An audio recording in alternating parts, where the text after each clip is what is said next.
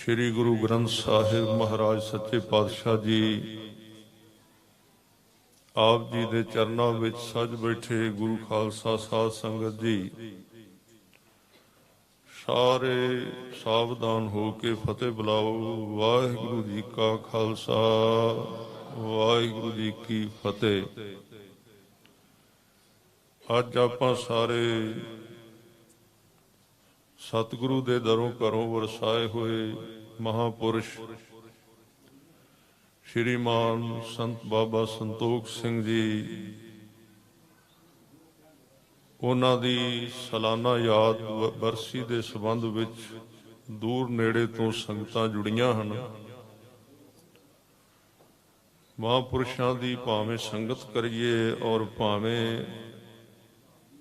उन्हां नूं याद करिए, ਉਹਦੇ ਨਾਲ ਸਾਡੀ ਉਹਨਾਂ ਦੇ ਨਾਲ ਸਾਂਝ ਬਣਦੀ ਹੈ ਤੇ ਸਾਂਝ ਦੁਆਰਾ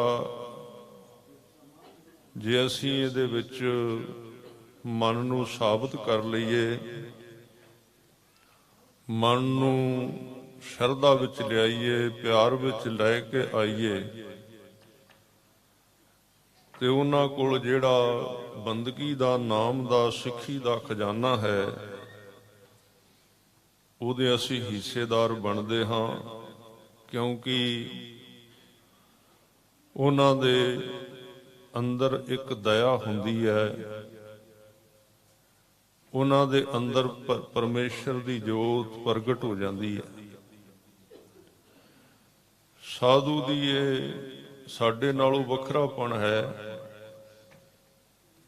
ਕਿ ਅਸੀਂ ਲਗਾਤਾਰ ਤਿੰਨ ਗੁਣਾਂ ਵਿੱਚ ਤੇ ਕਰਤਾ ਭਾਵ ਦੇ ਵਿੱਚ ਵਿਚਰਦੇ ਰਹਿੰਦੇ ਹਾਂ। ਤਿੰਨ ਗੁਣ ਬਾਣੀ ਦੇ ਵਿੱਚ ਲਿਖੇ ਹਨ। ਇਹ ਤਿੰਨੇ ਹੀ ਗੁਣ ਮਹਾਰਾਜ ਕਹਿੰਦੇ ਹਨ, ਰਜ ਗੁਣ, ਤਮ ਗੁਣ, ਸਤ ਗੁਣ, ਇਹ ਤੇਰੀ ਸਭ ਮਾਇਆ। ਚੌਥੇ ਪਦ ਕੋ ਜੋ ਨਰ ਚੀਨੈ ਤਿਨਹੀ ਪਰਮ ਪਦ ਪਾਇਆ। ਤਿੰਨ ਗੁਣਾਂ ਦੇ ਵਿੱਚ ਭੱਜ ਦੌੜ ਹੈ, ਮਨ ਦੀ ਇਕਾਗਰਤਾ ਨਹੀਂ ਬਣਦੀ, ਮਨ ਟਿਕਦਾ ਨਹੀਂ, ਮਨ ਨੂੰ ਠੰਡ ਨਹੀਂ ਪੈਂਦੀ। ਇਹ ਤਿੰਨ ਗੁਣ ਰਜ, ਤਮ ਤੇ ਸਤ, ਇਹਨੂੰ ਰਜੋ ਤਮੋ ਸਤੋ ਕਹਿੰਦੇ ਨੇ ਵਿਦਵਾਨ। ਜਿਹੜੇ ਤਿੰਨ ਗੁਣ ਨੇ ਇਹਨੂੰ ਹੀ ਤਿੰਨ ਦੇਵਤਿਆਂ ਦੀ ਤ੍ਰੈ ਮੂਰਤੀ ਕਿਹਾ ਹੈ। ਬ੍ਰਹਮਾ ਵਿਸ਼ਨ ਮਹੇਸ਼ ਤ੍ਰੈ ਮੂਰਤ। ਤਿੰਨ ਦੇਵਤਿਆਂ ਦੇ ਤਿੰਨ ਸੁਭਾਅ ਹਨ, ਉਹਨਾਂ ਦੇ ਸੁਭਾਵਾਂ ਨੂੰ ਹੀ ਦੇਵਤੇ ਕਿਹਾ ਹੈ ਤੇ ਮਨੁੱਖ ਦੇ ਅੰਦਰ ਵੀ ਇਹ ਮੌਜੂਦ ਹਨ। ਸੁਭਾਅ ਦੇ ਵਿੱਚ ਪਹਿਲਾ ਗੁਣ ਹੈ ਸਾਧ ਸੰਗਤ ਜੀ। ਗੁਣ ਦਾ ਅਰਥ ਹੈ ਸੁਭਾਅ। ਜਿਵੇਂ ਆਪਾਂ ਕਹਿੰਦੇ ਹਾਂ ਇਸ ਬੰਦੇ ਦੇ ਵਿੱਚ ਇਸ ਚੀਜ਼ ਦੇ ਪ੍ਰਤੀ ਬੜਾ ਗੁਣ ਹੈ, ਇਹਨੂੰ ਪ੍ਰਸ਼ਾਦਾ ਬੜਾ ਵਧੀਆ ਬਣਾਉਣਾ ਆਉਂਦਾ, ਉਹਨੂੰ ਸੁਭਾਅ ਕਹਿੰਦੇ ਨੇ, ਉਹਨੂੰ ਗੁਣ ਕਹਿੰਦੇ ਨੇ, ਉਹਨੂੰ ਕਲਾ ਕਹਿੰਦੇ ਨੇ। ਜਿਹੜਾ ਰਜੋ ਗੁਣ ਹੈ ਤੇ ਤਮੋ ਗੁਣ ਹੈ, ਇਹ ਸੰਸਾਰੀ ਮਨੁੱਖ ਦਾ ਗੁਣ ਹੈ। ਤਮੋ ਗੁਣ ਦਾ ਅਰਥ ਹੈ ਬਿਰਤੀ ਸਰੀਰ ਤੇ ਰਸਾਂ ਦੇ ਵਿੱਚ ਦਿਨ ਰਾਤ ਲੱਗੀ ਰਹਿੰਦੀ ਹੈ। ਉਹਦੀ ਸੁਰਤੀ ਕਦੀ ਵੀ ਸਰੀਰ ਦੇ ਵਿੱਚੋਂ ਬਾਹਰ ਨਹੀਂ ਨਿਕਲਦੀ। ਉਹ ਸਰੀਰ ਦੇ ਖਾਣ ਪੀਣ ਵਿੱਚ ਔਰ ਸਰੀਰ ਨੂੰ ਸਜਾਉਣ ਦੇ ਵਿੱਚ ਔਰ ਸਰੀਰ ਦੇ ਆਲੇ ਦੁਆਲੇ ਪਰਿਕਰਮਾ ਕਰਦੀ ਹੈ। ਉਹਨੂੰ ਕਹਿੰਦੇ ਨੇ ਤਮ ਗੁਣ, ਤਮੋ ਗੁਣ। ਤਮ ਸ਼ਬਦ ਦਾ ਅਰਥ ਵੈਸੇ ਹਨੇਰਾ ਵੀ ਹੈ, ਤਮ ਸ਼ਬਦ ਦਾ ਅਰਥ ਸੰਸਾਰ ਵੀ ਹੈ। ਤੁਸੀਂ ਬਾਣੀ ਵਿੱਚ ਰਹਿਰਾਸ ਸਾਹਿਬ ਦੇ ਵਿੱਚ ਰੋਜ਼ ਪੜ੍ਹਦੇ ਹੋ, ਜਿਹਦੇ ਵਿੱਚ ਮਹਾਰਾਜ ਸੱਚੇ ਪਾਤਸ਼ਾਹ ਜੀ ਫਰਮਾਨ ਕਰਦੇ ਹਨ ਕਿ ਤਮ ਸੰਸਾਰ ਚਰਨ ਲਗ ਧਰੀਐ ਸਭ ਨਾਨਕ ਬ੍ਰਹਮ ਪਸਾਰੋ। ਇਹ ਜੋ ਤਮੋ ਰੂਪੀ ਸੰਸਾਰ ਹੈ, ਹਨੇਰਾ ਰੂਪੀ ਸੰਸਾਰ ਹੈ, ਇਹਨੂੰ ਤਰਿਆ ਤਾਂ ਜਾ ਸਕਦਾ ਹੈ ਜੇ ਚਰਨਾਂ ਨਾਲ ਜੁੜ ਗਈ। ਵਾਹਿਗੁਰੂ ਦੇ ਚਰਨਾਂ ਦੇ ਨਾਲ, ਗੁਰੂ ਦੇ ਸ਼ਬਦ ਦੇ ਨਾਲ, ਗੁਰੂ ਕੀ ਬਾਣੀ ਦੇ ਨਾਲ ਜੁੜਨ ਦੇ ਨਾਲ ਤਮੋ ਗੁਣ ਨੂੰ ਬਿਰਤੀ ਪਹਿਲਾਂ ਪਾਰ ਕਰਨ ਲੱਗਿਆਂ ਸਾਧਕ ਦੀ ਬਹੁਤ ਜ਼ਿਆਦਾ ਟਾਈਮ ਲਾਉਂਦੀ ਹੈ। ਕਿਉਂਕਿ ਸਰੀਰ ਦੇ ਵਿੱਚ ਅਸੀਂ ਜਨਮਾਂ ਤੋਂ ਵਿਚਰਦੇ ਰਹੇ ਹਾਂ ਔਰ ਸਾਡੇ ਮਨ ਦੇ ਉੱਤੇ ਸਰੀਰ ਦਾ ਬਹੁਤ ਗਹਿਰਾ ਪ੍ਰਭਾਵ ਹੈ। ਸਰੀਰ ਨੂੰ, ਸਰੀਰ ਦੇ ਤਮੋ ਗੁਣ ਨੂੰ ਛੱਡਣਾ ਕੋਈ ਸੌਖੀ ਗੱਲ ਨਹੀਂ ਹੈ। ਤਮੋ ਗੁਣ ਦੇ ਅੱਗੇ ਇਹ ਰਸ ਨੇ। ਸਾਧੂ ਇੱਥੋਂ ਆਪਣੀ ਪ੍ਰੈਕਟਿਸ ਸ਼ੁਰੂ ਕਰਦਾ। ਨਾਲ ਨਾਲ ਬਾਬਾ ਜੀ ਦੀ ਜਿਹੜੀ ਜ਼ਿੰਦਗੀ ਦੇ ਤਜਰਬੇ, ਉਹਨਾਂ ਦੀ ਕਮਾਈ ਔਰ ਉਹਨਾਂ ਦੀ ਉਡੀਕ, ਜਿੱਥੋਂ ਉਹਨਾਂ ਨੇ ਤਪੱਸਿਆ ਸ਼ੁਰੂ ਕੀਤੀ ਹੈ, ਅਭਿਆਸ ਸ਼ੁਰੂ ਕੀਤਾ। ਵੈਸੇ ਤੇ ਇਹਨਾਂ ਅਭਿਆਸ ਇੱਕ ਜਨਮ ਵਿੱਚ ਨਹੀਂ ਸ਼ੁਰੂ ਹੁੰਦਾ। 10 ਪਾਤਸ਼ਾਹਾਂ ਦੇ ਟਾਈਮ ਦੇ ਵਿੱਚ ਜਿਨ੍ਹਾਂ ਸ਼ਖਸੀਅਤਾਂ ਨੇ ਗੁਰੂ ਦੀ ਸੇਵਾ ਕੀਤੀ ਹੈ 239 ਸਾਲਾਂ ਦੇ ਵਿੱਚੋਂ, ਜਿਹੜਾ ਜਿਹੜਾ ਗੁਰੂ ਸਾਹਿਬ ਦੇ ਚਰਨਾਂ ਵਿੱਚ ਆਇਆ ਹੈ, ਗੁਰੂ ਸਾਹਿਬ ਨੇ ਉਹਦੀ ਯੋਗਤਾ ਵੇਖ ਕੇ ਉਹਨੂੰ ਉਦੋਂ ਦੀਆਂ ਬਖਸ਼ਾਂ ਕੀਤੀਆਂ ਹੋਈਆਂ ਹਨ। ਤੇ ਉਹ ਮਹਾਰਾਜ ਨੇ ਚੁਣੇ ਹੋਏ ਹਨ ਸਿੱਖ, ਆਪਣੇ 10 ਜਾਮਿਆਂ ਦੇ ਵਿੱਚ ਚੁਣੇ, ਇੱਕ ਸਾਈਡ ਤੇ ਰੱਖੇ ਹੋਏ ਹਨ, ਚੁਣੇ ਹੋਏ ਹਨ। ਪੰਚ ਪ੍ਰਵਾਨ ਪੰਚ ਪ੍ਰਧਾਨ, ਪੰਚੇ ਪਾਵਹਿ ਦਰਗਹਿ ਮਾਨ, ਪੰਚਾਂ ਕਾ ਗੁਰ ਏਕ ਧਿਆਨ। ਉਹਨਾਂ ਨੂੰ ਇੱਕ ਥਾਂ ਮਿਲੀ ਹੋਈ ਏ ਦਰਗਾਹ ਦੇ ਵਿੱਚ, ਸਦਾ ਹੀ ਉਹ ਦਰਗਾਹ ਦੇ ਵਿੱਚ ਗੁਰੂ ਦੀ ਹਜ਼ੂਰੀ ਵਿੱਚ ਰਹਿੰਦੇ ਨੇ। ਗੁਰੂ ਸਾਹਿਬ ਨੇ ਆਪਣਾ ਪੰਥ ਚਲਾਉਣਾ, ਸਿੱਖੀ ਚਲਾਉਣੀ ਹੈ, ਤੇ ਇੱਕ ਸੰਸਾਰੀ ਬੰਦਾ ਫਸਲ ਬੀਜ ਕੇ ਵੀ ਫਸਲ ਨੂੰ ਛੱਡ ਕੇ ਨਹੀਂ ਜਾਂਦਾ। ਇਹ ਧਿਆਨ ਰੱਖਣਾ ਚਾਹੀਦਾ। ਆਪਾਂ ਇੱਕ 4 ਮਹੀਨਿਆਂ ਵਾਸਤੇ ਕਣਕ ਬੀਜੀ ਹੈ, ਕਿੰਨੇ ਗੇੜੇ ਮਾਰਨੇ ਆ ਉਹਨੂੰ, ਵੀ ਹੁਣ ਇਹਨੂੰ ਖਾਦ ਪੈਣ ਵਾਲੀ ਹੈ, ਹੁਣ ਇਹਨੂੰ ਦਵਾਈ ਪੈਣ ਵਾਲੀ ਹੈ, ਹੁਣ ਇਹਨੂੰ ਪਾਣੀ ਲੱਗਣ ਵਾਲਾ ਹੈ। ਕਣਕ ਹੀ ਹੈ ਨਾ। ਤੇ ਜਿਸ ਗੁਰੂ ਨੇ ਪੰਥ ਸਾਜਿਆ ਹੋਵੇ, ਪੰਥ ਦੇ ਬੂਟੇ ਲਾਏ ਹੋਣ, ਕੀ ਸੋਚਦੇ ਹੋ ਫੇਰਾ ਨਹੀਂ ਮਾਰਦਾ ਹੋਵੇਗਾ? ਅਸੀਂ ਭਾਵੇਂ ਭੁੱਲ ਜਾਈਏ, ਕਣਕ ਨੂੰ ਤਾਂ ਨਹੀਂ ਪਤਾ, ਅਚੇਤਨ ਹੈ ਉਹ। ਸਾਨੂੰ ਨਹੀਂ ਪਤਾ ਵੀ ਗੁਰੂ ਸਾਡੇ ਆਲੇ ਦੁਆਲੇ ਹੈ। ਔਰ ਗੁਰੂ ਸਾਹਿਬ ਨੇ ਫਿਰ ਜਦੋਂ ਵੱਡਾ ਜ਼ਿਮੀਂਦਾਰ ਹੁੰਦਾ ਹੈ, ਜਿਹਦੀ ਵਾਹੀ ਬੜੀ ਵੱਡੀ ਹੁੰਦੀ ਹੈ, ਉਹਦੇ ਵਾਸਤੇ ਫਿਰ ਉਹਨੂੰ ਖੇਤਾਂ ਦੇ ਵਿੱਚ ਕਾਮੇ ਵੀ ਰੱਖਣੇ ਪੈਂਦੇ ਨੇ, ਕੰਮ ਕਰਨ ਵਾਲੇ ਵੀ। ਇਹ ਸਾਧੂ ਕੌਣ ਹਨ? ਕਈ ਲੋਕ ਕਹਿੰਦੇ ਸਾਧੂ ਹੁੰਦੇ ਹੀ ਨਹੀਂ। ਮੈਂ ਕਹਿੰਦਾ ਸਾਧੂ ਤੋਂ ਬਿਨਾਂ ਕੌਮ ਹੀ ਨਹੀਂ ਹੁੰਦੀ। ਇੱਕ ਜ਼ਿਮੀਂਦਾਰ ਦੇ ਕੋਲ 1000-2000 ਕਿੱਲਾ ਹੈ, ਉਹ ਕੱਲਾ ਕਿਹਨੂੰ ਪਾਣੀ ਲਾਏਗਾ? ਉਹਨੂੰ ਨੌਕਰ ਨਾ ਮਿਲਣ ਇੱਕ ਸਾਲ ਤੇ ਉਹ ਕਹਿੰਦਾ ਮੇਰੀ ਫਸਲ ਨੂੰ ਫਰਕ ਪੈ ਗਿਆ, ਕਿਉਂਕਿ ਇਸ ਵਾਰੀ ਮੈਨੂੰ ਕਾਮੇ ਨਹੀਂ ਮਿਲੇ। ਭਾਵੇਂ ਉਹ ਇੱਕ ਉਦਾਹਰਣ ਹੈ ਸਿਰਫ। ਇਹ ਸਾਧੂ ਕਾਮੇ ਹਨ ਗੁਰੂ ਨਾਨਕ ਦੇ ਪਾਤਸ਼ਾਹ ਜੀ ਦੇ, ਗੁਰੂ ਗੋਬਿੰਦ ਸਿੰਘ ਮਹਾਰਾਜ ਜੀ ਦੇ, ਗੁਰੂ ਗ੍ਰੰਥ ਸਾਹਿਬ ਮਹਾਰਾਜ ਜੀ ਦੇ, ਧੰਨ ਧੰਨ ਬਾਬਾ ਜੋਰਾਵਰ ਸਿੰਘ ਜੀ, ਧੰਨ ਧੰਨ ਬਾਬਾ ਫਤਿਹ ਸਿੰਘ ਜੀ ਦੇ, ਮਾਤਾ ਗੁਜਰ ਕੌਰ ਜੀ ਅਮਰ ਸ਼ਹੀਦ, ਜਿਨ੍ਹਾਂ ਦੀ ਸੇਵਾ ਵਿੱਚ ਬਾਬਾ ਜੀ ਨੇ ਡਿਊਟੀ ਕੀਤੀ ਹੈ, ਗੁਰੂ ਦੇ ਹੁਕਮ ਦੇ ਵਿੱਚ ਹੀ ਚੱਲੇ ਹਨ। ਗੁਰੂ ਦਾ ਹੁਕਮ ਹੀ ਉਹਨਾਂ ਨੇ ਆਪਣੀ ਜ਼ਿੰਦਗੀ ਦੀ ਖੁਰਾਕ ਬਣਾਈ ਹੈ। ਤਾਂ ਮੈਂ 3 ਗੁਣਾਂ ਦੀ ਗੱਲ ਹੀ ਤੁਹਾਡੇ ਨਾਲ ਕਰਾਂਗਾ, ਪਰ ਉਹ 3 ਗੁਣਾਂ ਨੂੰ, ਜਿਹੜਾ ਪਹਿਲਾ ਗੁਣ ਹੈ ਉਹ ਸਰੀਰ ਨੂੰ ਸਾਧਨਾ ਕਰਨ ਵਾਲਾ, ਅਭਿਆਸ ਕਰਨ ਵਾਲਾ, ਨਿਤਨੇਮ ਕਰਨ ਵਾਲਾ। ਪਹਿਲਾਂ ਉਹਦੇ ਅੱਗੇ ਜਿਹੜੀ ਚੀਜ਼ ਆਉਂਦੀ ਹੈ ਜਦੋਂ ਨਿਤਨੇਮ ਕਰਦਾ, ਸਭ ਤੋਂ ਪਹਿਲਾਂ ਤਮੋ ਗੁਣ ਉਹਦੇ ਅੱਗੇ ਆ ਕੇ ਰੁਕਾਵਟ ਪਾ ਕੇ ਖੜਾ ਹੋ ਜਾਂਦਾ ਵੀ ਤੈਨੂੰ ਅੱਗੇ ਨਹੀਂ ਜਾਣ ਦੇਣਾ। ਇਹ ਵੀ ਵਾਹਿਗੁਰੂ ਦੀ ਖੇਡ ਹੈ। ਇਹ ਕੋਈ ਪਾਪ ਨਹੀਂ। ਤਮੋ ਗੁਣ ਜਿਹੜਾ ਹੈ ਇਹ ਬਣਾਈ ਹੋਈ ਵਾਹਿਗੁਰੂ ਦੀ ਮਾਇਆ ਹੀ ਹੈ, ਕਿਉਂਕਿ ਉਹ ਰੁਕਾਵਟ ਪਾਏਗਾ ਤੇ ਤਾਂ ਸਾਧਕ ਦੀ ਵੀਰਤ ਫੋਨ ਨਹੀਂ ਸੁਣਨਾ। ਇੱਥੇ ਜੇ ਸਾਧਕ ਜਿਹੜਾ ਸਾਧਨਾ ਕਰਨ ਵਾਲਾ ਸਾਧ ਸੰਗਤ ਜੀ, ਉਹਦਾ ਥੋੜਾ ਜਿਹਾ ਜ਼ੋਰ ਲੱਗੇਗਾ ਨਾ, ਤਾਂ ਹੀ ਉਹਦੀ ਤਾਕਤ ਵਧੇਗੀ ਨਾ। ਕਿਸੇ ਵੀ ਚੀਜ਼ ਦੀ ਤਾਕਤ ਕਦੋਂ ਵੱਧਦੀ ਹੈ? ਅਸੀਂ ਕਹਿੰਦੇ ਹਾਂ ਵੀ ਮਾਇਆ ਨੂੰ ਅਸੀਂ ਬੜਾ ਗਲਤ ਕਹਿੰਦੇ ਹਾਂ ਵੀ ਰੁਕਾਵਟ ਪਾਉਂਦੀ ਧਰਮ ਕਮਾਉਣ ਦੇ ਵਿੱਚ, ਨੀਂਦ ਰੁਕਾਵਟ ਪਾਉਂਦੀ ਹੈ, ਫਲਾਣੀ। ਪਾਉਣੀ ਚਾਹੀਦੀ ਰੁਕਾਵਟ। ਕਿਉਂ? ਰੁਕਾਵਟ ਹੀ ਤਾਕਤ ਪੈਦਾ ਕਰਦੀ ਹੈ। ਇਸ ਬੇਨਤੀ ਨੂੰ ਸਮਝਣਾ ਆਪ ਜੀ। ਸਾਡੇ ਸਾਰੇ ਆਪਾਂ ਗੁਰੂ ਸਾਹਿਬ ਕੋਲ ਆਏ ਆ, ਹੁਣ ਬਾਬਾ ਜੀ ਕੋਲ ਪਹਿਲਾਂ ਵੀ ਆਉਂਦੇ ਰਹੇ, ਹੁਣ ਵੀ ਆ। ਉਹਦਾ ਕਿਤੇ ਆਉਂਦੇ ਜਾਂਦੇ ਨਹੀਂ। ਆਵੇ ਨਾ ਜਾਵੇ ਨਾ ਕਬੂ ਮਰਤੇ, ਪਾਰ ਬ੍ਰਹਮ ਸੰਗਾਰੀ ਹੈ। ਉਹ ਤੇ ਸਦਾ ਹੀ ਨੇ। ਉਹਨਾਂ ਦਾ ਉਹ ਪਿਆਰ ਸਾਰਿਆਂ ਨੂੰ ਇੱਥੇ ਖਿੱਚ ਕੇ ਲਿਆਉਂਦਾ, ਸਾਲ ਬਾਅਦ ਵੀ ਤੇ ਰੋਜ਼ ਵੀ, ਮਹੀਨੇ ਬਾਅਦ ਵੀ ਕਈ ਸਿੰਘ ਆਉਂਦੇ ਨੇ। ਤਾਂ ਸਾਡੀਆਂ ਸਮੱਸਿਆ ਨੇ, ਅਸੀਂ ਸੋਚਦੇ ਹਾਂ ਵੀ ਅਸੀਂ ਮਜਬੂਰ ਬਸ ਆਏ ਹਾਂ ਇਸ ਥਾਂ ਤੇ। ਮਜਬੂਰੀ ਨਹੀਂ ਹੈ, ਇਹ ਸਿੱਖੀ ਦੀ ਕਮਾਈ ਹੈ। ਕਿਉਂਕਿ ਇੱਥੇ ਜਦੋਂ ਸਾਨੂੰ ਸਮੱਸਿਆ ਆਉਂਦੀ ਹੈ ਤੇ ਸਮੱਸਿਆ ਜੀਵਨ ਦੇ ਵਿੱਚ ਰੁਕਾਵਟ ਪਾਉਂਦੀ ਹੈ, ਤੇ ਜਿੰਨੀ ਵੱਡੀ ਸਮੱਸਿਆ ਹੁੰਦੀ ਹੈ ਓਨਾ ਵੱਡਾ ਮਨੁੱਖ ਤਿਆਰ ਹੁੰਦਾ ਹੈ, ਓਨਾ ਵੱਡਾ ਸਾਧੂ ਤਿਆਰ ਹੁੰਦਾ ਹੈ।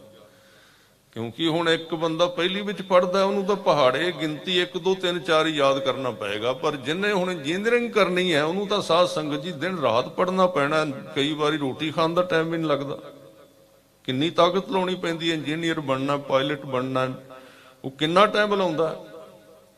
ਸਾਧੂ ਬਣਨ ਵਾਸਤੇ ਵੱਡੀ ਰੁਕਾਵਟ ਆਉਂਦੀ ਜੀਵਨ ਦੇ ਵਿੱਚ, ਕਸਵੱਟੀ ਵੱਡੀ ਲੱਗਦੀ ਉਹਦੇ ਉੱਤੇ, ਕਿਉਂਕਿ ਉਹਨੇ ਉਸ ਡਿਪਾਰਟਮੈਂਟ ਨੂੰ, ਉਸ ਰਾਹ ਨੂੰ ਚੁਣਿਆ ਵੀ ਮੈਂ ਇਸ ਰਾਹ ਦੇ ਉੱਤੇ ਕੰਮ ਕਰਨਾ, ਮੈਂ ਉੱਚੇ ਅਹੁਦੇ ਤੱਕ। ਗੁਰੂ ਉਹਨੂੰ ਪੜਾਉਂਦਾ ਹੈ, ਗੁਰੂ ਉਹਦਾ ਟੀਚਰ ਹੈ, ਗੁਰੂ ਉਹਨੂੰ ਪੜਾਉਂਦਾ ਹੈ। ਤਾਂ ਰੁਕਾਵਟ ਆਉਣੀ ਵੀ ਜਿਹੜੀ ਹੈ, ਇੱਕ ਜਿਵੇਂ ਇੱਕ ਪਹਿਲਵਾਨ ਸਾਧ ਸੰਗਤ ਜੀ 5 ਕਿਲੋ ਦਾ ਬਾਲਾ ਕੱਢਦਾ ਭਾਰ ਤੇ ਉਨੀ ਕੁ ਤਾਕਤ ਆਉਂਦੀ, ਫਿਰ ਉਹ 6 ਕਿਲੋ ਦਾ ਕਰਦਾ, ਫਿਰ 8 ਦਾ, 10 ਦਾ, ਹੌਲੀ ਹੌਲੀ 40 50 60। ਜਿੰਨਾ ਰੁਕਾਵਟ ਦਾ ਭਾਰ ਵਧਾਈ ਜਾਂਦਾ ਓਨੀ ਉਹਦੀ ਬਾਹਾਂ ਦੀ ਤਾਕਤ ਵੱਧਦੀ ਜਾਂਦੀ ਹੈ। ਜਿੰਨੀ ਸਾਨੂੰ ਸਮੱਸਿਆ ਆਉਂਦੀ ਹੈ ਔਰ ਅਸੀਂ ਸਮੱਸਿਆ ਨੂੰ ਗੁਰੂ ਦੇ ਪਿਆਰ ਦੇ ਵਿੱਚ ਉਹਦਾ ਹੁਕਮ ਸਮਝ ਕੇ ਗੁਰੂ ਤੋਂ ਤਾਕਤ ਤੇ ਔਰ ਗੁਰੂ ਕੋਲੋਂ ਸਹਾਇਤਾ ਤੇ ਸਾਧ ਸੰਗਤ ਜੀ ਇਹ ਧੀਰਜ ਤਾਂ ਲੈਣੀ ਪੈਂਦੀ, ਕਿਉਂਕਿ ਸਾਡਾ ਮਨ ਸੰਸਾਰੀ ਹੈ ਔਰ ਘਬਰਾ ਜਾਂਦਾ ਹੈ। ਇਹ ਗੱਲ ਕਹਿਣੀ ਸੌਖੀ, ਮੈਂ ਵਿਆਖਿਆ ਕਰ ਰਿਹਾ ਕੱਲੀ। ਜਦੋਂ ਰੁਕਾਵਟ ਆਉਂਦੀ ਹੈ ਸਾਧ ਸੰਗਤ ਜੀ ਚੀਕਾਂ ਪੈ ਜਾਂਦੀ ਜੀਵਨ ਦੇ ਵਿੱਚ। ਪਰ ਉਹ ਦੁੱਖ ਦਾਰੂ ਸੁਖ ਰੋਗ ਭਇਆ, ਜਾਂ ਸੁਖ ਤਾਮ ਨਾ ਹੋਈ। ਗੁਰੂ ਸਾਹਿਬ ਕਹਿੰਦੇ ਨੇ ਦੁੱਖ ਮੋਹਰਾ ਮਾਰਨ ਹਰ ਨਾਮ, ਸਿਲਾ ਸੰਤੋਖ ਪੀਸਨ ਹੱਥ ਦਾਨ, ਨਿਤ ਨਿਤ ਲਹੇ ਨਾ ਛੀਜੈ ਦੇ, ਅੰਤ ਕਾਲ ਜਾਉ ਮਾਰੈ ਠੇ। ਕਹਿੰਦੇ ਇੱਕ ਵੈਦ ਨਾਲ ਗੁਰੂ ਨਾਨਕ ਦੇਵ ਜੀ ਦੀ ਗੱਲ ਹੋਈ ਸੀ, ਉਹਨੂੰ ਜਵਾਬ ਦੇ ਵਿੱਚ ਇਹ ਗੱਲ ਕਹੀ ਹੈ ਕਿ ਇਹਦੇ ਵਿੱਚ ਦੁੱਖ ਕਿਸੇ ਨੂੰ ਆਇਆ, ਉਹਨੇ ਦੁੱਖ ਦੀ ਗੱਲ ਕੀਤੀ, ਦੁੱਖ ਬੜਾ ਆਇਆ। ਦੁੱਖ ਦਾ ਜਿਹੜਾ ਉਹ ਮਹਾਰਾਜ ਨੇ ਉਹਦਾ ਹੱਲ ਕਰ ਦਿੱਤਾ। ਗੁਰੂ ਸਾਹਿਬ ਦਾ ਇਹੀ ਸਾਰੀ 1430 ਅੰਗਾਂ ਵਿੱਚ ਬਾਣੀ ਨੇ ਜੁਗਤ ਵਰਤੀ ਹੈ ਕਿ ਤੁਸੀਂ ਚੀਜ਼ ਨੂੰ ਤਰਤੀਬ ਦੇ ਦਿਓ, ਉਹ ਚੀਜ਼ ਤੁਹਾਨੂੰ ਰੁਕਾਵਟ ਜਿਹੜੀ ਹੈ ਉਹੀ ਤੁਹਾਡੀ ਮੰਜ਼ਿਲ ਵੱਲ ਵਧਣ ਵਾਸਤੇ ਤੁਹਾਨੂੰ ਉਹ ਰਾਹ ਦੇ ਦੇਗੀ। ਜਿਵੇਂ ਇੱਥੇ ਰਾਹ ਦੇ ਵਿੱਚ ਵੱਟੇ ਖਿਲਾਰ ਦਿਓ ਤੁਸੀਂ। ਆਪਾਂ ਹੁਣ ਪੌੜੀਆਂ ਤੇ ਚੜ੍ਹ ਕੇ ਆਏ ਆ, ਉਹ ਕੀ ਹੈ? ਉਹ ਵੀ ਇੱਟਾਂ ਹਨ। ਤੇ ਜੇ ਰਸਤੇ ਵਿੱਚ ਇੱਟਾਂ ਖਿਲਾਰ ਦਿਓ ਸਿੱਧੀਆਂ ਪੁੱਠੀਆਂ, ਉਹ ਕੀ ਹਨ? ਹੈਣ ਉਹ ਵੀ ਇੱਟਾਂ, ਪਰ ਉਹਨਾਂ ਦੀ ਬੇਤਰਤੀਬੀ ਸਾਨੂੰ ਠੇਡੇ ਮਾਰਦੀ ਹੈ, ਰੁਕਾਵਟ ਪਾਉਂਦੀ ਹੈ। ਜਦੋਂ ਉਹਨਾਂ ਇੱਟਾਂ ਨੂੰ ਤਰਤੀਬ ਦੇ ਦਿੱਤੀ, ਉਦੋਂ ਉਹ ਇੱਟਾਂ ਸਾਡੇ ਵਾਸਤੇ ਸੁਖਦਾਈ ਹੋ ਗਈਆਂ। ਜੀਵਨ ਇਸ ਤਰ੍ਹਾਂ ਦਾ ਹੀ ਹੈ। ਇਹ ਸਾਡੀ ਇਸ ਤਰ੍ਹਾਂ ਦੀ ਸੋਚ ਹੈ ਕਿ ਜੀਵਨ ਸਾਡੇ ਅਨੁਸਾਰ ਚੱਲੇਗਾ, ਇਹ ਸਾਡੀ ਗਲਤੀ ਹੈ। ਹੁਕਮ ਕੀ ਹੈ, ਰਜਾ ਕੀ ਹੈ ਕਿ ਜੋ ਜੀਵਨ ਚੱਲ ਰਿਹਾ ਹੈ ਉਹ ਇਸ ਤਰ੍ਹਾਂ ਅਪ ਡਾਊਨ ਕਰਦਾ ਹੈ ਹਮੇਸ਼ਾ। ਹਰ ਇੱਕ ਚੀਜ਼ ਚੱਲ ਰਹੀ ਹੈ, ਇੱਕ ਥਾਂ ਤੇ ਰੁਕਦੀ ਨਹੀਂ, ਅਪ ਡਾਊਨ ਕਰਦੀ ਹੈ ਚੀਜ਼। ਹਰ ਇੱਕ ਚੀਜ਼ ਵੱਧਦੀ ਹੈ, ਘਟਦੀ ਹੈ। ਤਾਂ ਉਹ ਦੁੱਖ ਜਿਹੜਾ, ਉਹ ਗੁਰੂ ਸਾਹਿਬ ਕਹਿੰਦੇ ਵੀ ਜੇ ਇੱਟਾਂ ਨੂੰ ਤੁਸੀਂ ਪੌੜੀ ਬਣਾ ਲਓ ਤਾਂ ਉਹ ਉੱਚੀ ਥਾਂ ਤੇ ਤੁਹਾਨੂੰ ਲੈ ਜਾਂਦੀਆਂ ਹਨ ਇੱਟਾਂ ਜਿਹੜੀਆਂ, ਪਰ ਜੇ ਉਹੀ ਇੱਟਾਂ ਖਿਲਾਰ ਦਿਓ ਤੇ ਉਹੀ ਤੁਹਾਡੇ ਪੈਰ ਫੱਟ ਦਿੰਦੀਆਂ ਹਨ। ਜੀਵਨ ਦੀਆਂ ਸਮੱਸਿਆਵਾਂ ਨੂੰ ਧਿਆਨ ਨਾਲ ਵੇਖੋ, ਜੀਵਨ ਦੀਆਂ ਸਮੱਸਿਆਵਾਂ ਨੂੰ ਪੂਰੇ ਧਿਆਨ ਨਾਲ ਵੇਖੋ। ਔਰ ਜਿੱਡੀ ਵੱਡੀ ਸਮੱਸਿਆ ਹੋਈ ਹੈ, ਆਈ ਹੈ, ਉਹਨੂੰ ਗੁਰੂ ਨਾਲ ਵੀ ਸ਼ੇਅਰ ਕਰਨਾ ਹੈ, ਉਹਨੂੰ ਸਾਧੂ ਨਾਲ ਵੀ ਸ਼ੇਅਰ ਕਰਨਾ, ਦੱਸਣਾ ਆਪਣੀ ਜਿਹੜੀ ਜ਼ਿੰਦਗੀ ਦਾ ਦੁੱਖ ਹੈ। ਫਿਰ ਉਹ ਜਦੋਂ ਅਸੀਂ ਉਸ ਸਮੱਸਿਆ ਨੂੰ, ਜਿਵੇਂ ਆਪਾਂ ਜਪਜੀ ਸਾਹਿਬ ਵਿੱਚ ਕਹਿੰਦੇ ਆ, ਇਹ ਭੇ ਦਾਤ ਤੇਰੀ ਦਾਤਾਰ, ਕੇਤਿਆਂ ਦੁੱਖ ਭੂਖ ਸਦ ਮਾਰ, ਇਹ ਭੇ ਦਾਤ ਤੇਰੀ ਦਾਤਾਰ। ਤਾਂ ਉਹ ਤੁਹਾਡੇ ਦਾਤਾਰ, ਉਹ ਜਿਹੜੀ ਦੁੱਖ ਹੈ ਜਾਂ ਭੁੱਖ ਹੈ, ਉਹ ਸਾਧ ਸੰਗਤ ਜੀ ਰਸਤਾ ਬਣ ਜਾਂਦੀ, ਪੌੜੀ ਬਣ ਜਾਂਦੀ ਹੈ। ਤਾਂ ਸਭ ਤੋਂ ਪਹਿਲਾਂ ਜੇ ਤੁਸੀਂ ਸਿਮਰਨ ਦੇ ਰਸਤੇ ਤੇ ਜਾਂਦੇ ਹੋ, ਕੁਦਰਤੀ ਹੈ ਇਹ, ਕੁਦਰਤੀ ਇਸ ਤਰ੍ਹਾਂ ਹੋ ਰਿਹਾ ਹੈ ਕਿ ਜਦੋਂ ਤੁਸੀਂ ਸਿਮਰਨ ਵੱਲ ਜਾਂਦੇ ਹੋ, ਸਭ ਤੋਂ ਪਹਿਲਾਂ ਤੁਹਾਡੇ ਸਾਹਮਣੇ ਤਮੋ ਗੁਣ ਆਉਂਦਾ ਹੈ ਤੇ ਤਮੋ ਗੁਣ ਤੁਹਾਨੂੰ ਰੋਕਦਾ ਹੈ, ਤਾਂ ਕਿ ਇਸ ਬੰਦੇ ਦੀ ਜਿਹੜੀ ਪਾਵਰ ਹੈ ਉਹ ਵੱਧ ਜਾਏ। ਇਹਨੇ ਪ੍ਰਮਾਤਮਾ ਨੂੰ ਮਿਲਣਾ, ਇਹਨੇ ਸ਼ਬਦ ਵਿੱਚ ਲੀਨ ਹੋਣਾ ਹੈ, ਤਾਂ ਉਹਦੇ ਵਾਸਤੇ ਇਹਨੂੰ ਤਾਕਤਵਰ ਹੋਣਾ ਚਾਹੀਦਾ। ਉਹਦੇ ਤੋਂ ਪਹਿਲਾਂ ਤਮੋ ਗੁਣ ਜਿਹੜਾ ਉਹਨੂੰ ਰੋਕਦਾ ਹੈ, ਉਹਦੇ ਸਰੀਰ ਦੇ ਰਸ ਉਹਨੂੰ ਰੋਕਦੇ ਨੇ। ਕਦੀ ਉਹਦੇ ਵਿੱਚ ਕਾਮ ਪੈਦਾ ਹੋ ਜਾਂਦਾ ਹੈ, ਕਦੀ ਕ੍ਰੋਧ ਪੈਦਾ ਹੋ ਜਾਂਦਾ ਹੈ, ਕਦੀ ਉਹਦੇ ਵਿੱਚ ਮੂੰਹ ਦਾ ਸਵਾਦ ਉਹਨੂੰ ਭਟਕਾਉਂਦਾ ਹੈ, ਕਦੀ ਉਹਨੂੰ ਨੀਂਦ ਡੇਗਦੀ ਹੈ, ਕਦੀ ਉਹਦਾ ਸਰੀਰ ਦਰਦ ਹੁੰਦਾ ਹੈ। ਇਹ ਸਾਰੇ ਤਮੋ ਗੁਣ ਦੀਆਂ ਨਿਸ਼ਾਨੀਆਂ ਹਨ।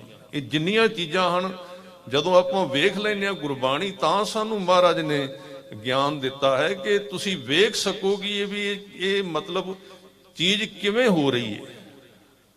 ਤਾਂ ਤਮੋ ਗੁਣ ਨੂੰ ਵੀ ਪਾਰ ਨਹੀਂ ਕੀਤਾ ਜਾ ਸਕਦਾ। ਪਹਿਲਾਂ ਆਪਾਂ ਸਰੀਰ ਦੇ ਆਲੇ ਦੁਆਲੇ ਘੁੰਮਦੇ ਹਾਂ। ਔਰ ਭਗਤ ਰਵਿਦਾਸ ਜੀ ਦੀ ਬਾਣੀ ਇਹ ਕਹਿੰਦੀ ਹੈ ਕਿ ਤੂੰ ਕਾਏ ਗਰਭੈ ਬਾਬਲੀ, ਜੈਸੇ ਭਾਦੋ ਖੂਬ ਰਾਜ, ਤੂੰ ਤਿਸਤੇ ਖਰੀ ਉਤਾਵਲੀ, ਤੁਝੈ ਸੁਜੰਤਾ ਕਛੂ ਨਾਹੇ, ਪਹਿਰਾਵਾ ਦੇਖੇ ਊਪਜਾਹੇ। ਇਹ ਸਰੀਰ ਦੇ ਆਲੇ ਦੁਆਲੇ ਸੰਸਾਰ ਦਾ ਬਹੁਤਾਤ ਹਿੱਸਾ ਘੁੰਮ ਰਿਹਾ, ਤਾਂ ਤਮੋ ਗੁਣ ਨੂੰ ਪਾਰ ਕਰਨਾ। ਤੁਸੀਂ ਸੁਣਿਆ ਨਾ ਵੀ ਜਦੋਂ ਸਾਧ ਸੰਗਤ ਜੀ, ਸੁਖਦੇਵ ਮੁਨੀ ਜਿਹੜਾ ਬਹੁਤ ਵੱਡਾ ਮੁਨੀ ਸੀ, 12 ਸਾਲ ਦੀ ਪ੍ਰੈਕਟਿਸ ਤੋਂ ਬਾਅਦ ਉਹ ਸੰਤ ਬਣਿਆ ਸੀ, ਸਾਧੂ ਬਣਿਆ ਸੀ, ਬੜਾ ਵੱਡਾ ਮੁਨੀ ਬਣਿਆ ਸੀ। 12 ਸਾਲ ਵੀ ਉਹਦੇ ਵਾਸਤੇ ਹਨ, ਇਹ ਨਹੀਂ ਕਿ ਕਿਸੇ ਹੋਰ ਦੇ 12 ਲੱਗਣਗੇ ਜਾਂ 10 ਲੱਗਣਗੇ ਜਾਂ 12 ਜਨਮ ਲੱਗਣਗੇ, ਅਲੱਗ-ਅਲੱਗ ਹੈ। ਉਹਦੇ ਬੰਦੇ ਦੀ ਆਪਣੀ ਜ਼ਿੰਦਗੀ ਤੇ ਉੱਤੇ ਨਿਰਭਰ ਕਰਦਾ। ਹੁਣ ਕਈ ਵਾਰੀ ਸਾਧੂ ਬਣ ਵੀ ਜਾਂਦਾ ਹੈ, ਤਾਕਤਾਂ ਵੀ ਆ ਜਾਂਦੀਆਂ, ਸ਼ਕਤੀਆਂ ਵੀ ਆ ਜਾਂਦੀਆਂ, ਉਹ ਜੋ ਕਹਿੰਦਾ ਉਹ ਹੁੰਦਾ ਵੀ ਹੈ, ਕਈ ਕੁਝ ਹੋ ਜਾਂਦਾ ਹੈ। ਪਰ ਸੂਖਮ ਮਾਇਆ ਜਿਹੜੀ ਹੈ ਉਹ ਅੰਦਰ ਫਿਰ ਜਿਹੜੀ ਸਤੋ ਗੁਣ ਦੀ ਹੈ। ਆਪਾਂ ਹੁਣ ਇਹਦੇ ਤੇ ਵਿਚਾਰ ਚੱਲ ਪਈ ਅੱਜ ਥੋੜੀ ਜੀ, ਤੇ ਥੋੜੀ ਜੀ ਇਕਾਗਰਤਾ ਦੀ ਲੋੜ ਹੈ। ਇਹ ਸਤੋ ਗੁਣ ਅਜੇ ਉਹਦੇ ਵਿੱਚ ਬਚਿਆ ਸੀ, ਤਮੋ ਤੇ ਰਜੋ ਨੂੰ ਪਾਰ ਕਰ ਗਿਆ ਸੀ ਸੁਖਦੇਵ ਮੁਨੀ। ਇਹਦੇ ਲਈ ਹੁਣ ਇਹ ਵਿਸ਼ਾ ਐਡਾ ਲੰਬਾ ਹੈ ਕਿ 2-3 ਘੰਟੇ ਦਾ ਵਿਸ਼ਾ, ਪਰ ਮੈਂ ਵੇਖ ਲਿਆ ਕਿ ਸਮੇਂ ਤੇ ਜਿਹੜਾ ਸੈਕਟਰੀ ਸਿੰਘ ਬਹੁਤ ਤੰਗ ਹੁੰਦੇ ਨੇ। ਮੈਨੂੰ ਪਤਾ ਹੈ ਜਦੋਂ ਸਮਾਗਮ ਹੁੰਦੇ ਇਹ ਸਾਧ ਸੰਗਤ ਜੀ ਪ੍ਰਬੰਧਕਾਂ ਨੂੰ ਟਾਈਮ ਕਰਨਾ ਪੂਰਾ, ਸਾਰੇ ਅਸੀਂ ਤਾਂ ਬਣ ਠਣ ਕੇ ਹੁੰਨੇ ਆ, 1-2 ਵਜੇ ਇਕੱਠੇ ਹੋ ਕੇ ਸਾਰੇ ਆ ਜਾਂਦੇ ਵੀ ਲਾ ਦਿਓ ਸਾਨੂੰ ਸਾਰਿਆਂ ਨੂੰ। ਤਾਂ ਉਹਨਾਂ ਨੇ ਸਮਾਪਤੀ ਨੂੰ ਵੇਖਣਾ ਹੁੰਦਾ, ਫਿਰ ਵੀ ਸਮਾਪਤੀ ਕਦੋਂ ਕਰਨੀ ਹੈ। ਚਲੋ ਮੈਂ ਇਹਨੂੰ ਥੋੜੇ ਲਫ਼ਜ਼ਾਂ ਵਿੱਚ ਕਹਿਣ ਦੀ ਕੋਸ਼ਿਸ਼ ਕਰਾਂਗਾ। ਜਿਹੜਾ ਸੁਖਦੇਵ ਮਣੀ ਸੀ ਉਹ ਤਮੋ ਗੁਣ ਨੂੰ ਵੀ ਪਾਰ ਕਰ ਗਿਆ ਸੀ, ਯਾਨੀ ਸਰੀਰ ਨੂੰ ਵੀ ਜਿੱਤ ਗਿਆ ਸੀ। ਉਹ ਜਿਹੜਾ ਰਜੋ ਗੁਣ ਸੀ, ਯਾਨੀ ਕਿ ਦੂਜਿਆਂ ਦੇ ਉੱਤੇ ਆਪਣਾ ਪ੍ਰਭਾਵ ਰੱਖਣਾ, ਦੂਜੇ ਨੂੰ ਆਪਣੇ ਥੱਲੇ ਰੱਖਣਾ, ਆਪ ਕਿਸੇ ਤੋਂ ਥੱਲੇ ਨਹੀਂ ਰਹਿਣਾ, ਉਹਨੂੰ ਵੀ ਉਹ ਜਿੱਤ ਗਿਆ ਸੀ। ਪਰ ਸਤੋ ਗੁਣ ਅਜੇ ਉਹਦੇ ਵਿੱਚ ਹੈ ਸੀ, ਉਹਨੂੰ ਕਹਿੰਦੇ ਸੂਖਮ ਮਾਇਆ। ਸੂਖਮ ਮਾਇਆ ਜੋ ਅੰਦਰ ਰਹਿੰਦੀ ਹੈ। ਗਿਆ ਸੁਨੇਹਾ ਭੇਜਿਆ ਬਾਹਰਲੇ ਦਵਾਰਪਾਲ ਨੇ, ਜਨਕ ਜੀ ਬ੍ਰਹਮ ਗਿਆਨੀ ਸੀ, ਰਾਜ ਜੋਗ ਜਿਹੜਾ ਸੀ ਨਾ ਉਹ ਇਕੱਠਾ ਕੀਤਾ ਸੀ ਉਹਨਾਂ ਨੇ, ਤਖਤ ਤੇ ਬੈਠ ਕੇ ਉਹਨਾਂ ਨੇ ਰਾਜ ਕਮਾਇਆ ਸੀ। ਉਹਦਾ ਸੁਭਾਅ ਪ੍ਰਮਾਤਮਾ ਦਾ ਇਸ ਤਰ੍ਹਾਂ, ਉਹ ਰਾਜਾ ਵੀ ਹੈ, ਜੋਗੀ ਵੀ ਹੈ, ਦੋਵੇਂ ਚੀਜ਼ਾਂ ਇਕੱਠੀਆਂ ਨੇ। ਬਾਬਾ ਜੀ ਵੀ ਗ੍ਰਸਤੀ ਵਿਹੰਗਮ ਵੀ ਹੋ ਸਕਦਾ, ਜਿਵੇਂ ਦਾ ਉਹਦਾ ਸੁਭਾਅ ਹੈ। ਬਾਣੀ ਦੇ ਵਿੱਚ ਆਇਆ, ਇੱਕ ਵਾਰੀ ਸਾਰੇ ਹਾਜ਼ਰੀ ਲਵਾਓ ਪਿਆਰ ਦੇ ਨਾਲ। ਰਾਜ ਮੈਂ ਰਾਜ ਜੋਗ ਮੈਂ ਜੋਗੀ, ਰਾਜ ਮੈਂ ਰਾਜ ਜੋਗ ਮੈਂ ਜੋਗੀ, ਰਾਜ ਮੈਂ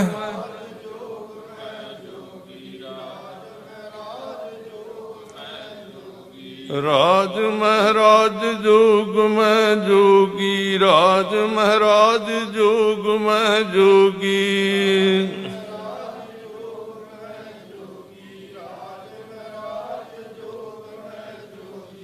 ਜੋਗੀ ਅੰਦਰ ਜੋਗਿਆ, ਜੋਗੀ ਅੰਦਰ ਜੋਗਿਆ,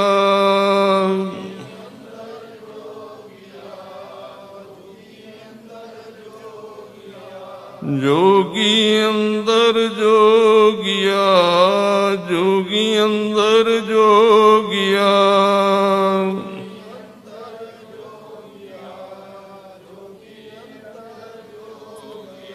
तू भोगी अंदर भोगिया, तू भोगी अंदर भोगिया, तू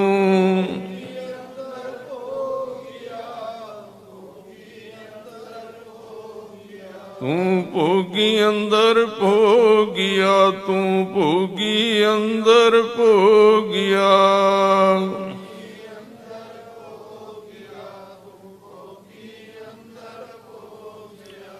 आपे बहुविध रंग लाय, आपे बहुविध रंग लाय, आपे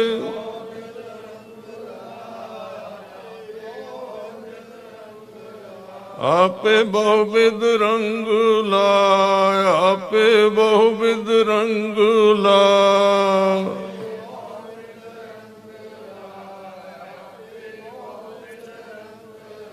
सखिए मेरा लाल, सखिए मेरा लाल, सखिए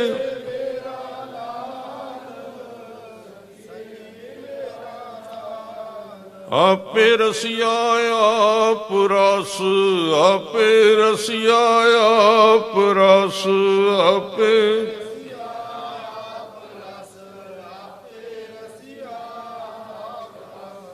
आपे रसिया आप रस, आपे रसिया आप रस।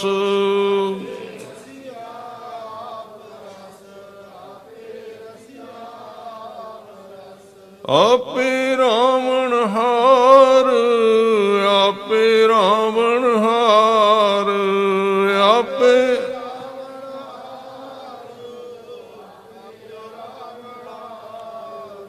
राज में राज जोग में जोगी, राज में राज जोग में जोगी, राज में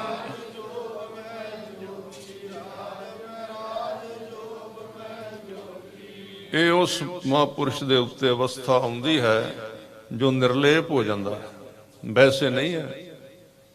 ਇਸ ਤਰ੍ਹਾਂ ਇਸ ਗੱਲ ਨੂੰ ਸੁਣ ਕੇ ਕੋਈ ਫਾਇਦਾ ਨਾ ਉਠਾ ਲੈ ਆਪਣਾ, ਵੀ ਗੁਰੂ ਸਾਹਿਬ ਕਹਿੰਦੇ ਤੂੰ ਭੋਗੀ ਵੀ ਹੈ ਤੇ ਜੋਗੀ ਵੀ ਹੈ।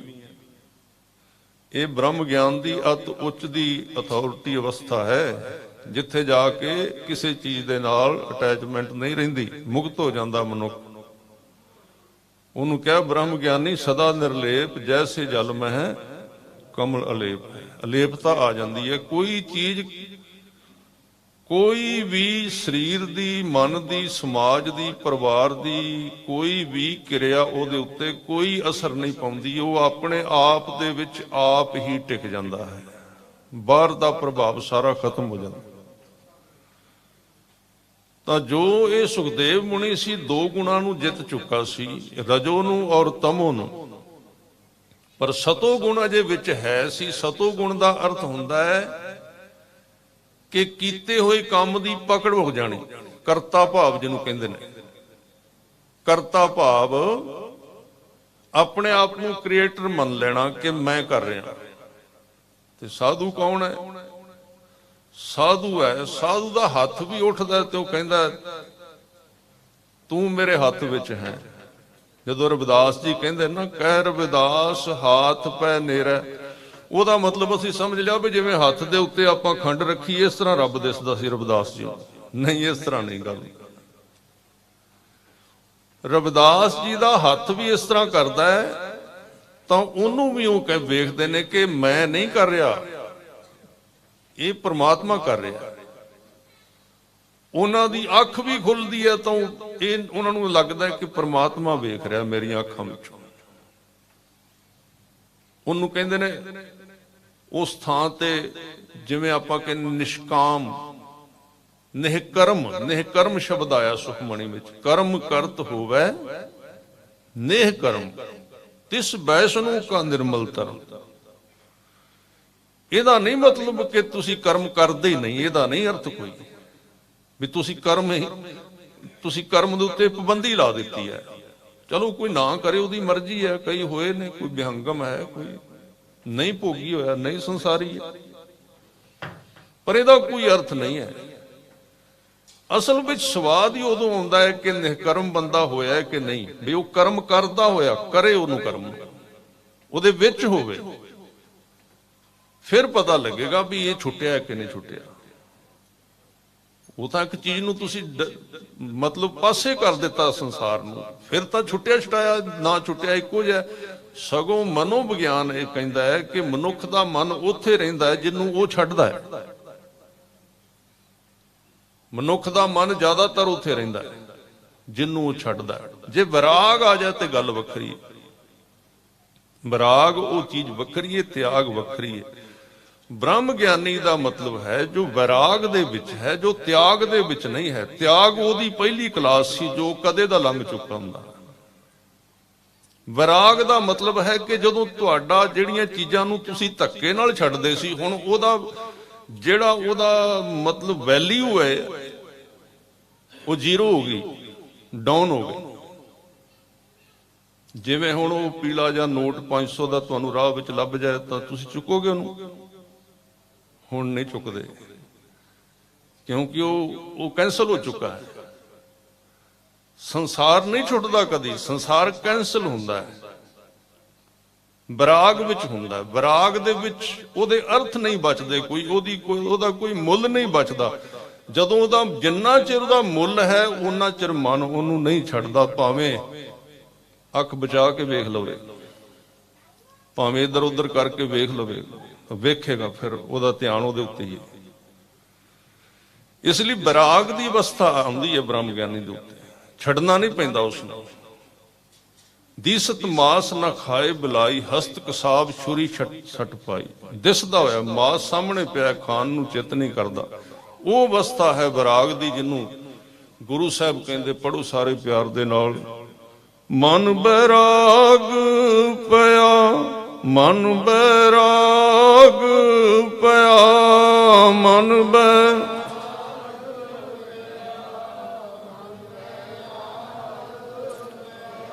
ਮਨ ਬੈਰਾਗ ਪਿਆ, ਮਨ ਬੈਰਾਗ ਪਿਆ।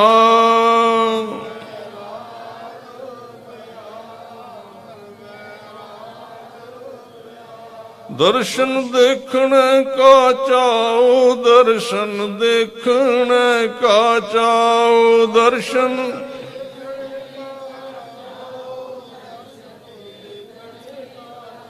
ਦਰਸ਼ਨ ਦੇਖਣ ਕਾ ਚਾਓ, ਦਰਸ਼ਨ ਦੇਖਣ ਕਾ ਚਾਓ।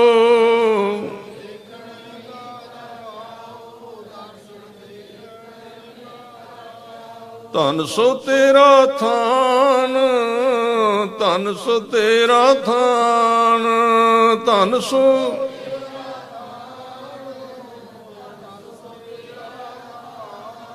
ਧਨ ਸੋ ਤੇਰਾ ਥਾਨ, ਧਨ ਸੋ ਤੇਰਾ ਥਾਨ, ਧਨ ਸੋ ਤੇਰਾ।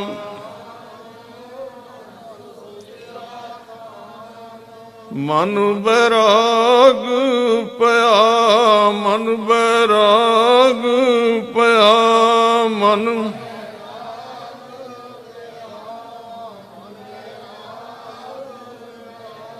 ਵਿਰਾਗ ਦੀ ਅਵਸਥਾ ਵਿੱਚ ਸਤੋ ਗੁਣ ਵੀ ਛੁੱਟ ਜਾਂਦਾ। ਬਾਬਾ ਜੀ ਨੂੰ ਜਦੋਂ ਘਰੋਂ ਗਏ ਸੀ ਉਦੋਂ ਉਹਨਾਂ ਨੂੰ ਵਿਰਾਗ ਹੀ ਹੋਇਆ ਸੀ। ਜਦੋਂ ਘਰ ਸੀ ਇਸੇ ਤਰ੍ਹਾਂ ਹੀ ਆਏ ਤਾਂ ਜਿਵੇਂ ਆਪਾਂ ਵੀ ਦੀਵਾਨ ਵਿੱਚ ਆਇਆ, ਕਿਤੇ ਦੀਵਾਨ ਸਜਿਆ ਸੀ, ਦੀਵਾਨ ਦੇ ਵਿੱਚ ਮੱਥਾ ਟੇਕਿਆ, ਕੀਰਤਨ ਹੋ ਰਿਹਾ ਸੀ, ਬੈਠ ਗਏ। ਰਾਗੀਆਂ ਨੇ ਇੱਕ ਤੁਕ ਪੜ੍ਹੀ ਕਿ ਇਹ ਤੇਰਾ ਅਵਸਰ, ਇਹ ਤੇਰੀ ਵਾਰ, ਘਟ ਭੀਤਰ ਤੂੰ ਦੇਖ ਵਿਚਾਰ। ਬਸ ਉਹ ਅੱਗੇ ਕੰਮ ਤਿਆਰ ਸੀ, ਸ਼ਬਦ ਨੇ ਸਲਫ ਦੇ ਦਿੱਤਾ।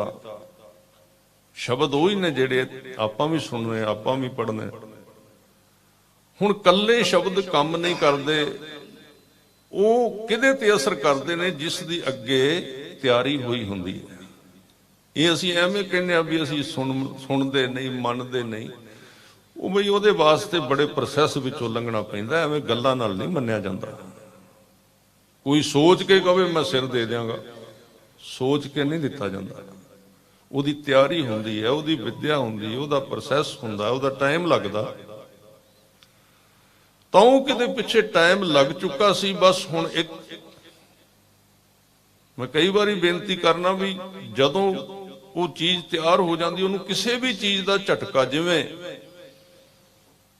ਅਸੀਂ ਇਹਦੇ ਉੱਤੇ ਲੜ ਪੈਂਦੇ ਹਾਂ ਕਿ ਧੰਨਾ ਜੀ ਨੇ ਦੁੱਧ ਪਿਆਇਆ ਸੀ ਕਿ ਨਹੀਂ ਸੀ, ਪੱਥਰ ਨੂੰ ਪਿਆਇਆ, ਨਾਮਦੇਵ ਜੀ ਨੇ ਪਿਆਇਆ ਸੀ ਕਿ ਨਹੀਂ ਸੀ, ਕਈ ਅਰਥ ਇਧਰੋਂ ਉਧਰੋਂ ਕਰਕੇ ਅਸੀਂ ਮਤਲਬ ਆਪਣੀ ਮਨਮਤ ਉਹਦੇ ਉੱਤੇ ਥੋਪਣੀ ਹੁੰਦੀ ਹੈ ਅਰਥ ਦੇ ਉੱਤੇ। ਉਹ ਤਾਂ ਸਿਰਫ ਸਿੰਬਲਾਈਜ਼ ਹੁੰਦਾ, ਪ੍ਰਤੀਕਕ ਹੁੰਦਾ ਵੀ ਕਿਹੜੀ ਚੀਜ਼ ਨੇ ਤੁਹਾਨੂੰ ਸਟਾਰਟ ਕਰਨਾ। ਸਟਾਰਟ ਤਾਂ ਗੱਡੀ ਨੇ ਹੋਣਾ, ਧੱਕੇ ਨਾਲ ਕਰ ਲਓ, ਧੱਕਾ ਮਾਰ ਦਿਓ, ਉਹਦੇ ਨਾਲ ਹੋ ਜਾਏਗੀ। ਬੈਟਰੀ ਲਾ ਦਿਓ, ਉਹਦੇ ਨਾਲ ਹੋ ਜਾਏਗੀ। ਚਾਬੀ ਗਵਾਚ ਗਈ, ਤੁਸੀਂ ਅੱਗੋਂ ਤਾਰਾਂ ਜੋੜ ਦਿਓ ਤਾਂ ਹੋ ਜਾਏਗੀ। ਪਿੱਛੇ ਟਰੈਕਟਰ ਸੀ ਆਸ਼ਰ, ਉਹ ਹੈਂਡਲ ਨਾਲ ਹੁੰਦੇ ਸੀ, ਕੋਈ ਪੁਲੀ ਨਾਲ ਹੁੰਦਾ। ਆਟੋ ਵਾਲੇ ਨੇ ਉਹ ਰੱਸੀ ਨਾਲ ਕਰ ਲੈਂਦੇ ਨੇ। ਹੁਣ ਇਹ ਸਾਰੀਆਂ ਚੀਜ਼ਾਂ ਸਿੰਬਲਾਈਜ਼ ਨੇ, ਪ੍ਰਤੀਕਕ ਨੇ। ਮੁੱਖ ਤਾਂ ਉਸ ਬੰਦੇ ਦਾ ਇੰਜਣ ਹੈ ਜਿਹਨੂੰ ਸਟਾਰਟ ਕੀਤਾ ਜਾ ਰਿਹਾ, ਉਹਦੇ ਅੰਦਰ ਤਿਆਰੀ ਹੈ, ਉਹਦੀ ਤਿਆਰੀ ਹੋਈ ਹੈ ਕਿ ਨਹੀਂ।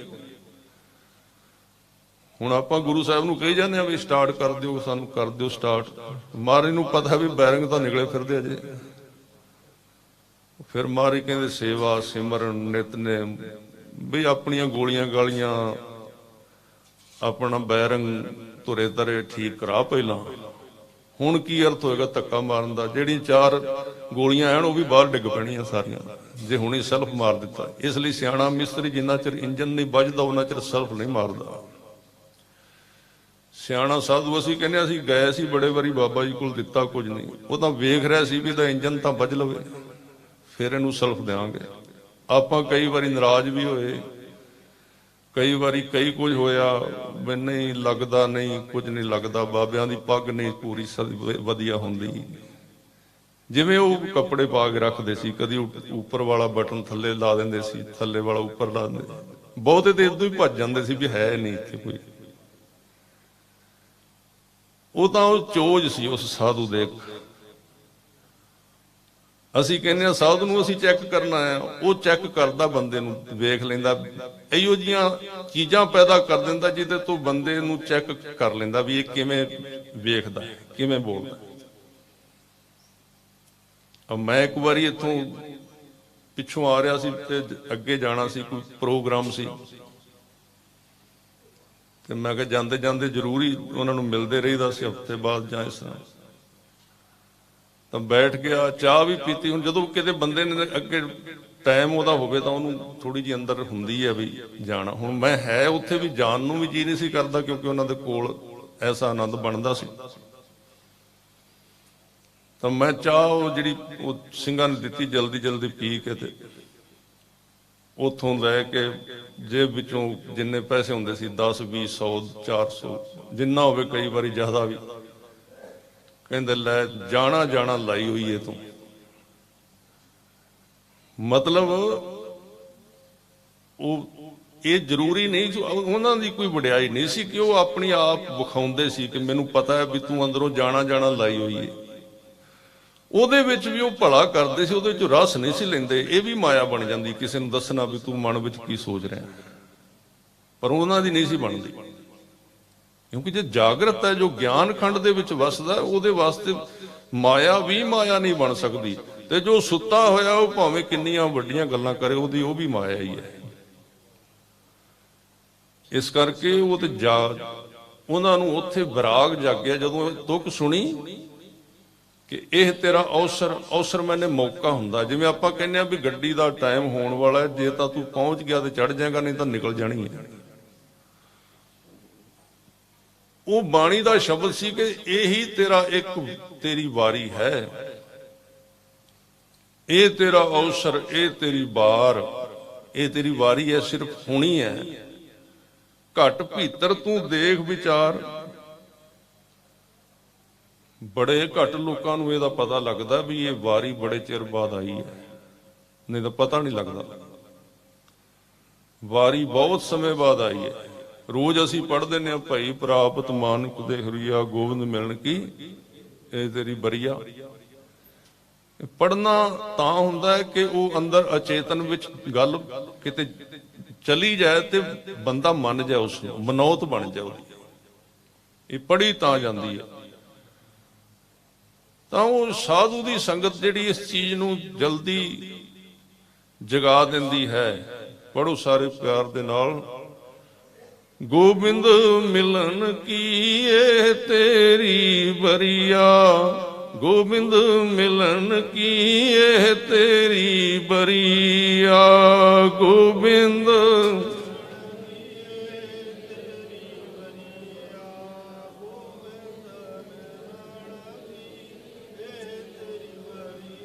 ਗੋਬਿੰਦ ਮਿਲਣ ਕੀ ਇਹ ਤੇਰੀ ਬਰੀਆ, ਗੋਬਿੰਦ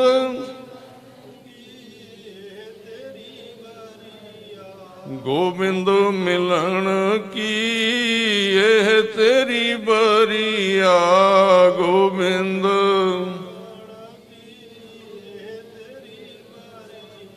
ਭਈ ਪ੍ਰਾਪਤ ਮਾਨੁਖ ਦੇਹੁਰੀਆ, ਭਈ ਗੋਬਿੰਦ ਮਿਲਣ ਕੀ ਇਹ ਤੇਰੀ ਬਰੀਆ, ਗੋਬਿੰਦ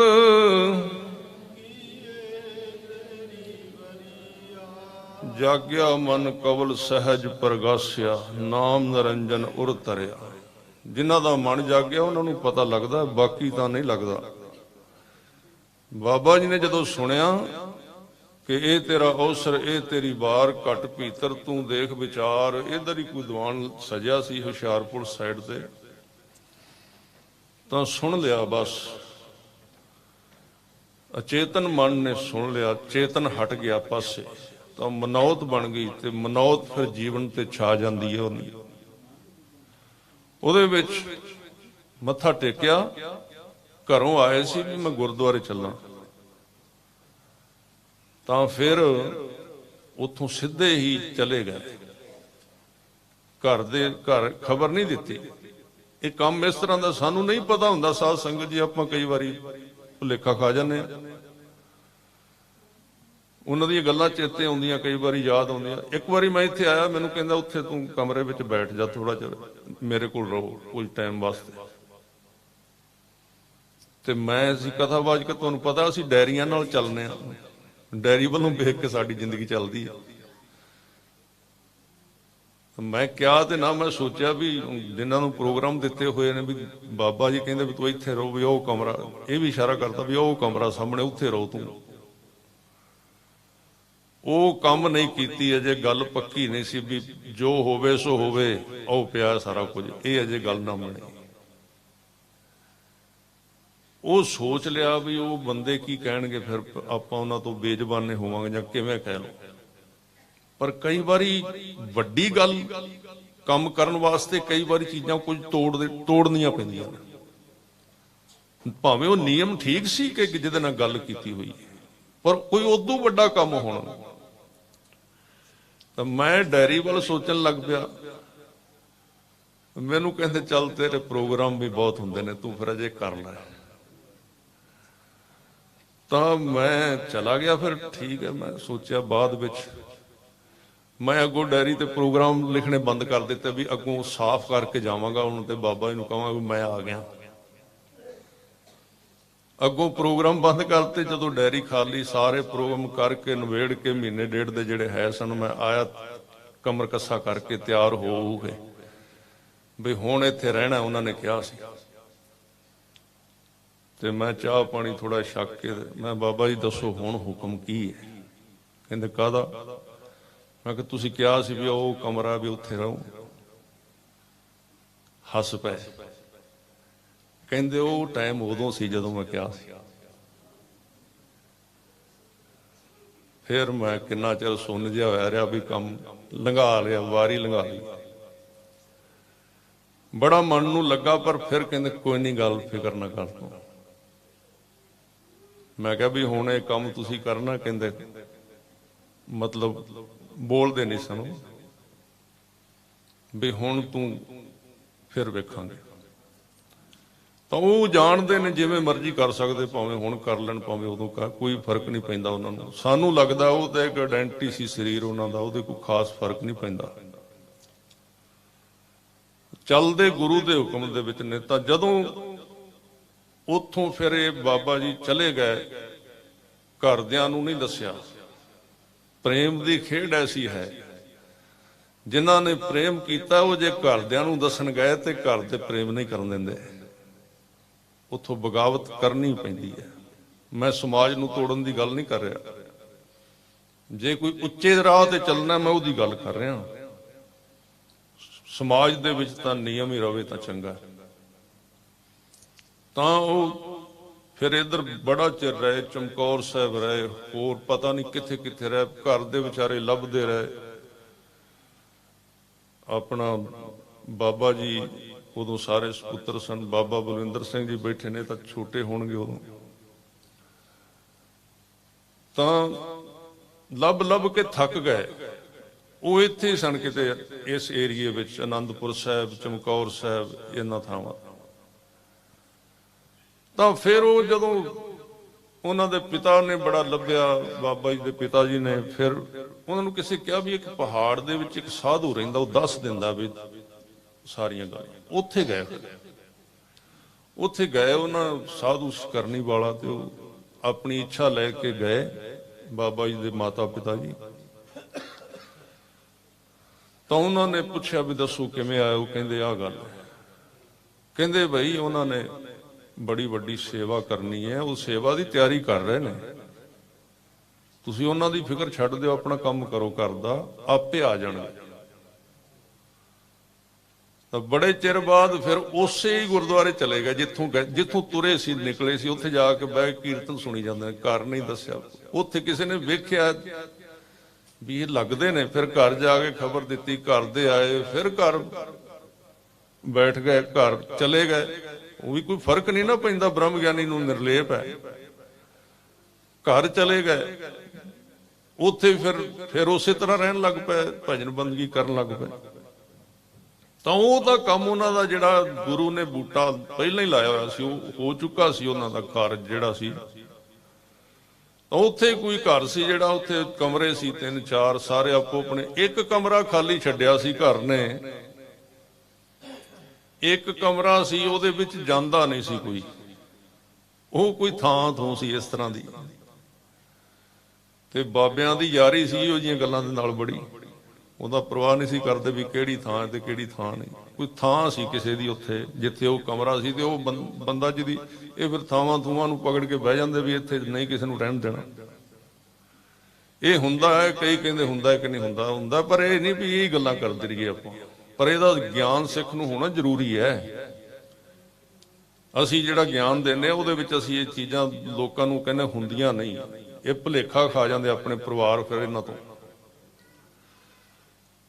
ਤਾਂ ਬਾਬਾ ਜੀ ਕਹਿੰਦੇ ਵੀ ਕਿੱਥੇ ਰਹਿਣਾ? ਕਹਿੰਦੇ ਕਮਰਾ ਤੇ ਖਾਲੀ ਕੋਈ ਨਹੀਂ। ਕਹਿੰਦੇ ਉਹ ਕਮਰਾ ਖਾਲੀ, ਕਹਿੰਦੇ ਉਹ ਤੇ ਕਿਸੇ ਦੀ ਜਗ੍ਹਾ ਹੈ, ਉਹ ਉੱਥੇ ਨਹੀਂ ਰਹਿਣ ਦਿੰਦਾ। ਕਹਿੰਦੇ ਤੁਸੀਂ ਮੈਨੂੰ ਦੇ ਦਿਓ, ਮੈਂ ਉਹਦੇ ਨਾਲ ਵੇਖ ਲਾਂਗਾ ਆਪੇ। ਉੱਥੇ ਲਾ ਲਿਆ ਸੰਜਾ ਕੇ, ਉੱਥੇ ਫਿਰ ਰਹੇ। ਉਹਦੇ ਤੋਂ ਬਾਅਦ ਫਿਰ ਗੁਰੂ ਸਾਹਿਬ ਦੇ ਹੁਕਮ ਵਿੱਚ ਸਾਧ ਸੰਗਤ ਜੀ ਇਹ ਸਥਾਨ ਬਣਿਆ ਜਿਹੜਾ ਜਿੱਥੇ ਤੁਸੀਂ ਬੈਠੇ ਹੋ। ਕੋਈ ਬਾਬਾ ਜੀ ਦੀ ਜ਼ਰੂਰਤ, ਕੋਈ ਇੱਛਾ ਕੋਈ ਉਹਨਾਂ ਦੀ ਨਹੀਂ ਸੀ, ਉਹ ਨੇਕਰਮ ਹੋ ਚੁੱਕੇ ਸਨ। ਬਹੁਤਾ ਸਮਾਂ ਸਾਹਿਬਜ਼ਾਦਿਆਂ ਦੇ ਸਥਾਨ ਤੇ ਰਹਿਣ ਤੋਂ ਬਾਅਦ ਵੀ, ਤਾਂ ਫਿਰ ਜਦੋਂ ਤੁਹਾਨੂੰ ਪਤਾ ਵੀ ਇੱਥੇ ਲੰਗਰ ਉਹਨਾਂ ਨੇ ਚਲਾਉਣਾ, ਲੰਗਰ ਚਲਾਉਂਦੇ ਰਹੇ, ਸੰਗਤ ਆਉਣ ਲੱਗ ਪਈ। ਪਹਿਲਾਂ ਇੱਥੇ ਝਾੜੀਆਂ ਹੁੰਦੀਆਂ ਸੀ, ਬਹੁਤ ਛੋਟਾ ਜਿਹਾ ਰਸਤਾ ਹੁੰਦਾ ਸੀ ਫਤਿਹਗੜ੍ਹ ਸਾਹਿਬ ਤੋਂ ਲੈ ਕੇ। ਤਾਂ ਉਦੋਂ ਇੱਥੇ ਸਾਧ ਸੰਗਤ ਜੀ ਜਦੋਂ ਫਿਰ ਸੰਗਤ ਆਉਣ ਲੱਗ ਪਈ, ਫਿਰ ਗੋਲਕ ਵੀ ਆ ਗਈ, ਫਿਰ ਗੋਲਕ ਵੀ ਆ ਗਏ, ਫਿਰ ਪ੍ਰਬੰਧਕ ਵੀ ਆ ਗਏ, ਕਿਉਂਕਿ ਇਹ ਸੋਚ ਹੈ ਨਾ ਆਪਣੀ। ਫਿਰ ਉਹਨਾਂ ਨੇ ਕਿਹਾ ਵੀ ਨਹੀਂ, ਹੁਣ ਬਾਬੇ ਇੱਥੇ ਨਹੀਂ ਰਹਿਣਾ ਚਾਹੀਦਾ। ਫਿਰ ਉਹਨਾਂ ਨੇ ਗੁਰੂ ਸਾਹਿਬ ਦੇ ਹੁਕਮ ਵਿੱਚ ਇੱਥੇ ਸੇਵਾ ਕੀਤੀ ਹੈ, ਸੰਗਤ ਦੀ ਸੇਵਾ ਗੁਰੂ ਸਾਹਿਬ ਦੇ ਹੁਕਮ ਦੇ ਵਿੱਚ। ਤਾਂ ਉਹ 3 ਗੁਣ ਸਨ ਜਿਹੜੇ ਮੈਂ ਟਾਈਮ ਦੇ ਵਿੱਚ ਰਵਾਂਗਾ। ਭਾਵੇਂ ਸੈਕਟਰੀ ਸਾਹਿਬ ਨੇ ਜੋ ਐਲਾਨ ਕੀਤਾ ਉਹਦੇ ਵਿੱਚ ਅਜੇ 10-15 ਮਿੰਟ ਬਚੇ ਨੇ, ਪਰ ਫਿਰ ਅੱਗੇ ਟਾਈਮ ਘੱਟ ਪੈ ਜਾਣਾ ਮੈਨੂੰ ਪਤਾ। ਸੋ 2-4 ਮਿੰਟ ਦੇ ਵਿੱਚ ਮੈਂ ਸਮਾਪਤੀ ਕਰ ਦੇਣੀ ਹੈ।